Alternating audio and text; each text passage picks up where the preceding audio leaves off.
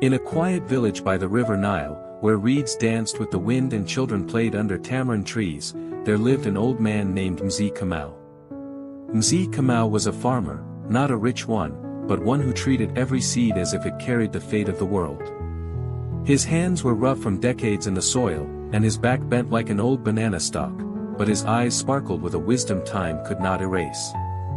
He lived alone in a mud hut with a grass roof, surrounded by rows of maize, cassava, and a garden full of herbs. Every morning, before sunrise, he walked his land barefoot, whispering prayers to the soil. Many villagers thought he was strange. He never rushed. He never shouted. He never fought for position or pride. And yet, whenever there was a drought, it was his land that stayed green. One year, the government announced that a new road would be built through part of the village. People cheered. It meant cars, trade, maybe even electricity. But there was one problem.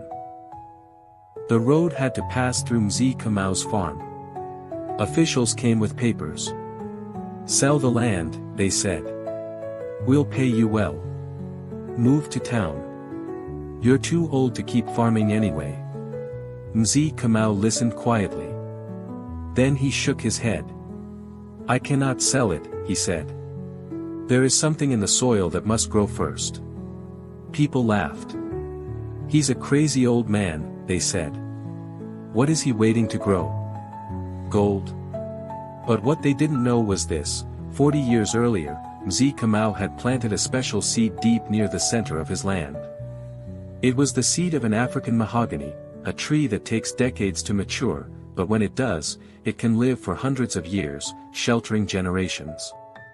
He had watered it in silence. Protected it from goats and axes. Waited for rains. Waited through drought. Waited through loneliness. Now, after all those years, it had finally started rising, tall, proud, and powerful. Its roots had sunk deep into the earth. Birds had begun nesting in its branches.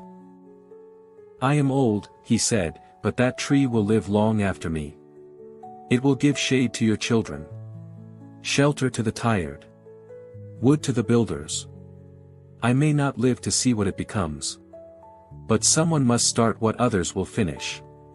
The government changed the road's path. Years later, when Mzee Kamau passed away, the entire village came to his funeral. Under the tree's shade, they spoke of him, not as the old farmer, but as the man who planted for the future.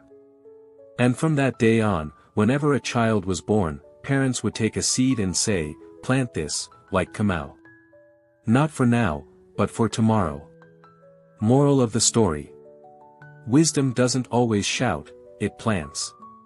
True legacy is not what you take with you, but what you leave behind. The greatest leaders often sow seeds that only others will live to harvest.